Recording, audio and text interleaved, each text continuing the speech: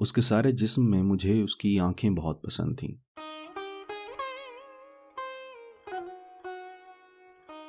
یہ آنکھیں بالکل ایسی ہی تھیں جیسے اندھیری رات میں موٹر کار کی ہیڈ لائٹس، جن کو آدمی سب سے پہلے دیکھتا ہے۔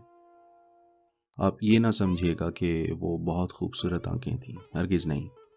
میں خوبصورتی اور بدصورتی میں تمیز کر سکتا ہوں، لیکن معاف کیجیے گا، ان آنکھوں کے معاملے میں صرف اتنا ہی کہہ سکتا ہوں کہ وہ خوبصورت نہیں تھی، لیکن اس کے باوجود ان میں بے پناہ کشش تھی۔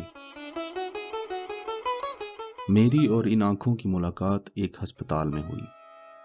میں اس ہسپتال کا نام آپ کو بتانا نہیں چاہتا، اس لیے کہ اس سے میرے اس افسانے کو کوئی فائدہ نہیں پہنچے گا۔ بس آپ یہی سمجھ لیجئے کہ ایک ہسپتال تھا جس میں میرا ایک عزیز آپریشن کروانے کے بعد اپنی زندگی کی آخری سانس لے رہا تھا۔ یوں تو میں تیمارداری کا قائل نہیں، مریضوں کے پاس جا کر ان کو دم دلاسا دینا بھی مجھے نہیں آتا، لیکن اپنی بیوی کے پیغام اصرار پر مجھے جانا پڑا کہ میں اپنے مرنے والے عزیز کو اپنے خلوص اور محبت کا ثبوت دے سکوں۔ یقین مانیے کہ مجھے سخت کوفت ہو رہی تھی۔ ہسپتال کے نام سے ہی مجھے نفرت ہے، معلوم نہیں کیوں۔ شاید اس لیے کہ ایک بار بمبئی میں اپنی بوڑھی ہمسائی کو، جس کی کلائی میں موج آ گئی تھی، مجھے جے جے ہسپتال میں لے جانا پڑا۔ وہاں کیجویلٹی ڈپارٹمنٹ میں مجھے کم از کم 2.5 گھنٹے انتظار کرنا پڑا۔ وہاں میں جس آدمی سے بھی ملا، لوہے کی مانند سرد اور بے حس تھا۔ میں ان آنکھوں کا ذکر کر رہا تھا جو مجھے بے حد پسند تھیں۔ پسند کا معاملہ انفرادی حیثیت رکھتا ہے۔ بہت ممکن ہے اگر آپ نے یہ آنکھیں دیکھی ہوں تو آپ کے دل و دماغ میں کوئی رد عمل پیدا نہ ہوتا۔ یہ بھی ممکن ہے کہ آپ سے اگر ان کے بارے میں کوئی رائے طلب کی جاتی تو آپ کہہ دیتے نہایت واہیات آنکھیں ہیں۔ لیکن جب میں نے اس لڑکی کو دیکھا تو سب سے پہلے مجھے اس کی آنکھوں نے اپنی طرف متوجہ کیا۔ وہ برقع پہنے ہوئے تھی مگر نقاب اٹھا ہوا تھا۔ اس کے ہاتھ میں دوا کی بوتل تھی اور وہ جنرل وارڈ کے برآمدے میں ایک چھوٹے سے لڑکے کے ساتھ چلی آ رہی تھی۔ میں نے اس کی طرف دیکھا تو اس کی آنکھوں میں جو بڑی تھی نہ چھوٹی، سیاہ تھی نہ بھوری، نیلی تھی نہ سبز، ایک عجیب قسم کی چمک پیدا ہوئی۔ میرے قدم رک گئے، وہ بھی ٹھہر گئی۔ اس نے اپنے ساتھی لڑکے کا ہاتھ پکڑا اور بوکھلائی ہوئی آواز میں کہا، تم سے چلا نہیں جاتا؟ لڑکے نے اپنی کلائی چھڑوائی اور تیزی سے کہا، چل تو رہا ہوں، تو اندھی ہے۔ میں نے یہ سنا تو اس لڑکی کی آنکھوں کی طرف دوبارہ دیکھا۔ اس کے سارے وجود میں صرف اس کی آنکھیں ہی تھیں جو پسند آئیں۔ میں آگے بڑھا اور اس کے پاس پہنچ گیا۔ اس نے مجھے پلکیں نہ جھپکنے والی آنکھوں سے دیکھا اور پوچھا، ایکس رے کہاں لیا جاتا ہے؟ اتفاق کی بات ہے کہ ان دنوں ایکس رے ڈپارٹمنٹ میں میرا ایک دوست کام کر رہا تھا اور میں اسی سے ملنے کے لیے آیا تھا۔ میں نے اس لڑکی سے کہا، آؤ میں تمہیں وہاں لے چلتا ہوں، میں بھی ادھر ہی جا رہا ہوں۔ لڑکی نے اپنے ساتھی لڑکے کا ہاتھ پکڑا اور میرے ساتھ چل پڑی۔ میں نے ڈاکٹر صادق کا پوچھا تو معلوم ہوا کہ وہ ایکس رے لینے میں مصروف ہیں۔ دروازہ بند تھا اور باہر مریضوں کی بھیڑ لگی تھی۔ میں نے دروازہ کھٹکھٹایا۔ اندر سے تیز و تند آواز آئی، کون ہے؟ دروازہ مت ٹھوکو۔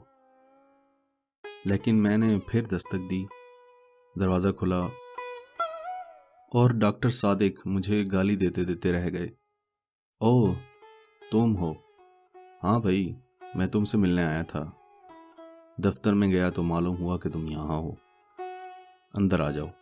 میں نے لڑکی کی طرف دیکھا اور اس سے کہا، آؤ، لیکن لڑکے کو باہر ہی رہنے دو۔ ڈاکٹر صادق نے ہولے سے مجھ سے پوچھا، کون ہے یہ؟ میں نے جواب دیا، معلوم نہیں کون ہے۔ ایکس رے ڈپارٹمنٹ کا پوچھ رہی تھی۔ میں نے کہا، چلو میں لے چلتا ہوں۔ ڈاکٹر صادق نے دروازہ اور زیادہ کھول دیا۔ میں اور وہ لڑکی اندر داخل ہو گئے۔ 4-5 مریض تھے ڈاکٹر صادق نے جلدی جلدی ان کی اسکریننگ کی اور انہیں رخصت کیا۔ اس کے بعد کمرے میں ہم صرف 2 رہ گئے تھے، میں اور وہ لڑکی۔ ڈاکٹر صادق نے مجھ سے پوچھا انہیں کیا بیماری ہے؟ میں نے اس لڑکی سے پوچھا کیا بیماری ہے تمہیں؟ ایکس رے کے لیے تم سے کس ڈاکٹر نے کہا تھا؟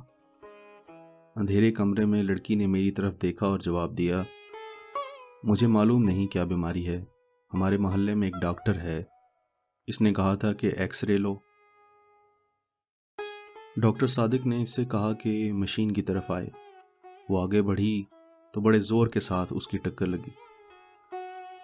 ڈاکٹر نے تیز لہجے میں اس سے کہا کیا تمہیں سجھائی نہیں دیتا؟ لڑکی خاموش رہی۔ ڈاکٹر نے اس کا برقع اتارا اور اسکرین کے پیچھے کھڑا کر دیا۔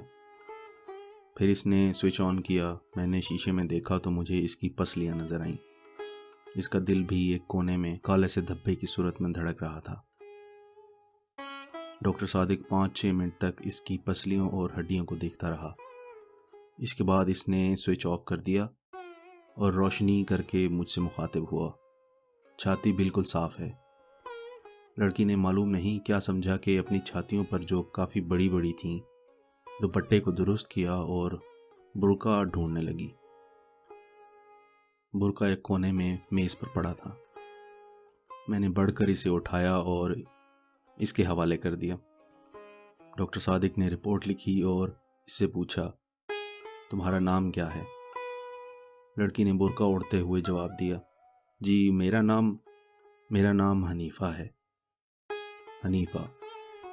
ڈاکٹر صادق نے اس کا نام پرچی پر لکھا اور اس کو دے دی۔ جاؤ یہ اپنے ڈاکٹر کو دکھا دینا۔ لڑکی نے پرچی لی اور قمیض کے اندر اپنی انگیاں میں اڑس لی۔ جب وہ باہر نکلی تو میں غیر ارادی طور پر اس کے پیچھے پیچھے تھا، لیکن مجھے اس کا پوری طرح احساس تھا کہ ڈاکٹر صادق نے مجھے شک کی نظروں سے دیکھا تھا۔ اسے جہاں تک میں سمجھتا ہوں اس بات کا یقین تھا کہ اس لڑکی سے میرا تعلق ہے، حالانکہ جیسا آپ جانتے ہیں ایسا کوئی معاملہ نہیں تھا، سوائے اس کے کہ مجھے اس کی آنکھیں پسند آ گئی تھیں۔ میں اس کے پیچھے پیچھے تھا۔ اس نے اپنے ساتھی لڑکے کی انگلی پکڑی ہوئی تھی۔ جب وہ تانگوں کے اڈے پر پہنچے تو میں نے حنیفہ سے پوچھا تمہیں کہاں جانا ہے؟ اس نے ایک گلی کا نام لیا تو میں نے اس سے جھوٹ موٹ کہا مجھے بھی ادھر ہی جانا ہے، میں تمہیں تمہارے گھر چھوڑ دوں گا۔ میں نے جب اس کا ہاتھ پکڑ کر تانگے میں بٹھایا تو مجھے محسوس ہوا کہ میری آنکھیں ایکس ریز کا شیشہ بن گئی ہیں۔ مجھے اس کا گوشت پوست دکھائی نہیں دیتا تھا، صرف ڈھانچہ نظر آتا تھا، لیکن اس کی آنکھیں وہ بالکل ثابت و سالم تھیں، جن میں بے پناہ کشش تھی۔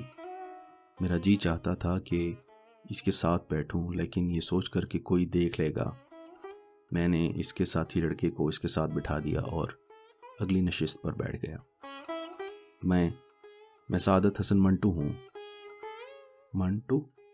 یہ منٹو کیا ہوتا ہے؟ کشمیریوں کی ایک ذات ہے، ہم بھی کشمیری ہیں۔ اچھا، ہم کنگ وائس ہیں۔ میں نے مڑ کر اس سے کہا یہ تو بہت اونچی ذات ہے۔ وہ مسکرائی اور اس کی آنکھیں اور زیادہ پرکشش ہو گئیں۔ میں نے اپنی زندگی میں بے شمار خوبصورت آنکھیں دیکھی تھیں، لیکن وہ آنکھیں جو حنیفہ کے چہرے پر تھیں بے حد پرکشش تھیں۔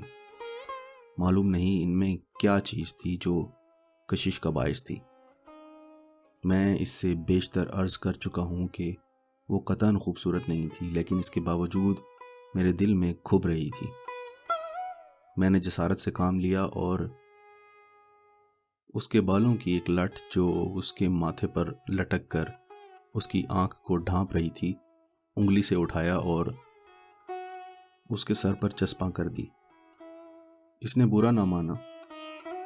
میں نے اور جسارت کی اور اس کا ہاتھ اپنے ہاتھ میں لے لیا۔ اس پر بھی اس نے کوئی مزاحمت نہ کی اور اپنے ساتھی لڑکے سے مخاطب ہوئی، تم میرا ہاتھ کیوں دبا رہے ہو؟ میں نے فوراً اس کا ہاتھ چھوڑ دیا اور لڑکے سے پوچھا تمہارا مکان کہاں ہے؟ لڑکے نے ہاتھ کا اشارہ کیا، اس بازار میں۔